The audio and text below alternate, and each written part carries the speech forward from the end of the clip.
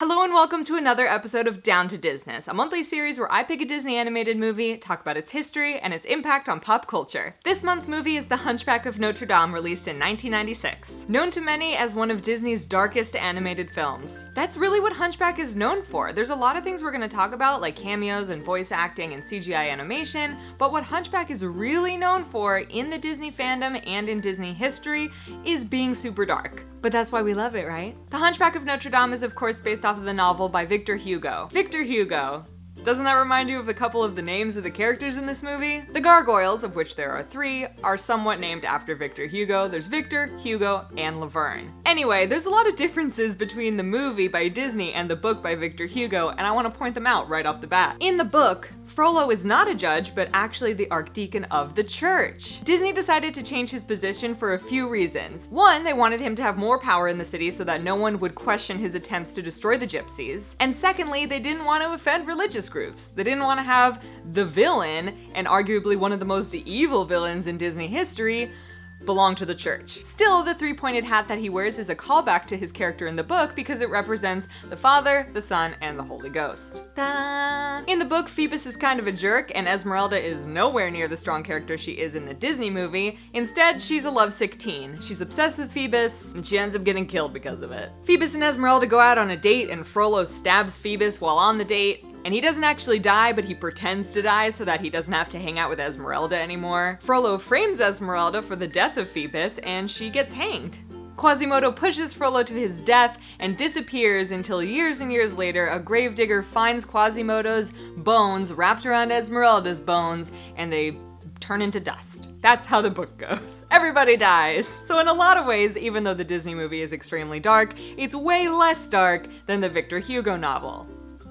Obviously, it's at the forefront of this movie that it takes place in Paris at Notre Dame, which is a real place if you didn't know. And the animators spent several weeks in and around Notre Dame to study the architecture and the details of the cathedral. While they were there, they actually stayed in the recently opened Disneyland Paris. Doesn't that sound like the best research trip ever? You get to spend time at Notre Dame during the day and Disneyland Paris at night?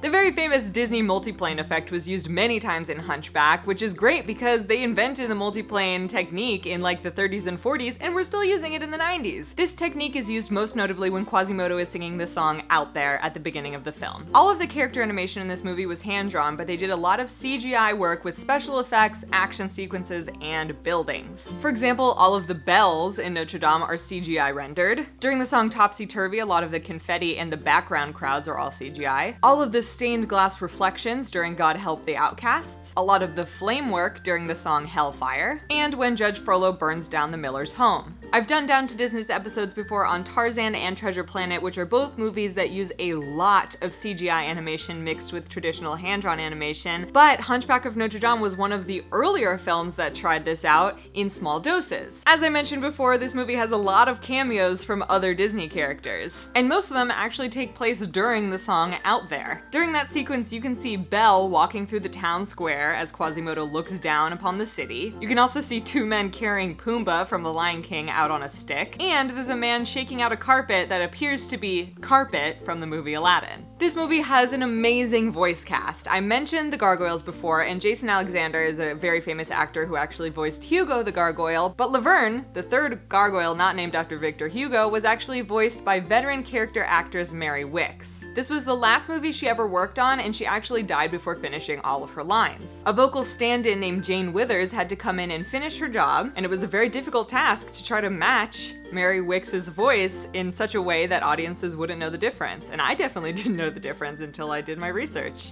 Did you? Actor Tom Hulce voiced Quasimodo, and he had recently just been Mozart in the movie Amadeus. Actor Kevin Kline voiced Phoebus, and very famous actress Demi Moore voiced Esmeralda. Patrick Stewart and Ian McKellen, who are actually BFFs, were both in consideration to voice Judge Frollo, but eventually they went with Tony Jay, who's voiced a different Disney villain, the guy who runs the insane asylum in Beauty and the Beast. I never noticed that they had the same voice, but they do. There's a lot of things that are really great about Hunchback of Notre Dame. It's definitely one of my favorites, and I think what's overwhelming for me is how much it feels like the time period it's trying to depict. A lot of that, I think, comes from the music. My overwhelming feeling about Hunchback of Notre Dame is that I can't believe it got made. I don't think a movie like this will ever be made again by Disney. I can't believe they went for it. It was a huge risk, like to make a kids movie about a hunchback who lives inside of a church, so much about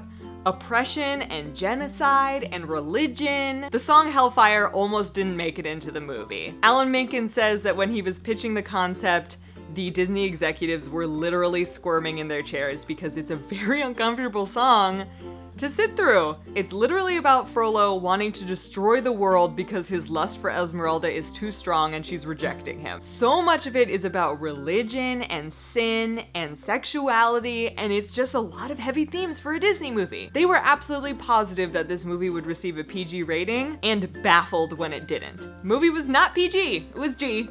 I don't know why. In the same vein, it was the last Disney movie so far to use mildly bad language. They say the word damn a lot, they say the word hell a lot. That's about as racy as it gets for a Disney movie, but they've never done that kind of thing again.